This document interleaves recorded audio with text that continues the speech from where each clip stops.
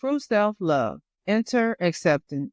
Loving yourself for who you are, flaws and all. Healthy boundaries. Saying no without guilt and prioritizing your well being. Emotional honesty. Allowing yourself to feel and process emotions instead of suppressing them. Making choices that align with your highest good, even when they're difficult. Inner peace over perfection, accepting mistakes as part of growth rather than striving for an unrealistic ideal.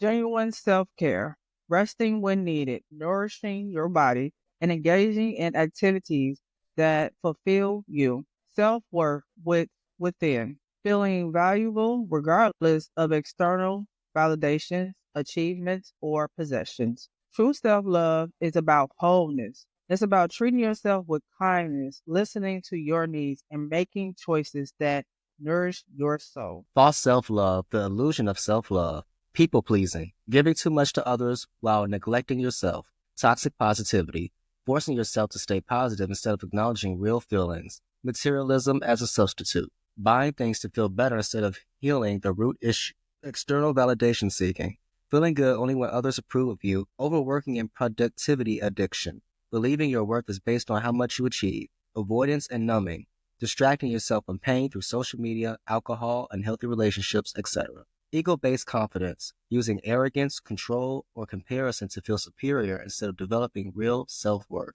False self-love is about avoidance. It's about using external things to feel worthy instead of truly embracing yourself from within. Now that we know what self love isn't, let's talk about how we came to misunderstand what self love was with our personal stories. So, like I said, like with my parents, it was all people pleasing. And so I just grew up thinking that that's how you show love. That's how you showed your self love, and then was self sacrifice. And so in a way, that's connected to like materialism because my parents always was spending money and taking us places and doing things and taking family members and going on trips and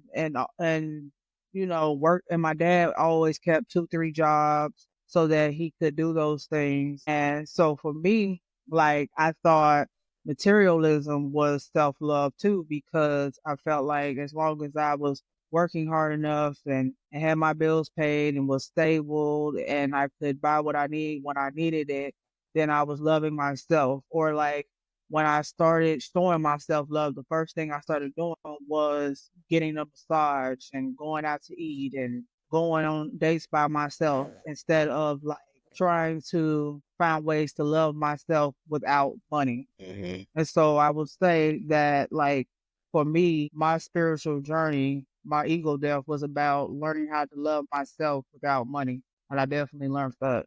Kari, what influenced you to misunderstand what self love was? Same as you. I would take myself to the movies. I thought as long as I had money, worthy. So like, oh, this is self-love. Making money, going places, buying things for myself and whatever. But I always still felt depressed. I always still felt sad. I always still Hmm. felt, so Like something was yeah, missing? so like there was something missing. Like, yeah, I'm doing all these things, buying things, but I still felt lonely. I felt um isolated, and I feel, why do I still feel this way? Why do I still feel sad?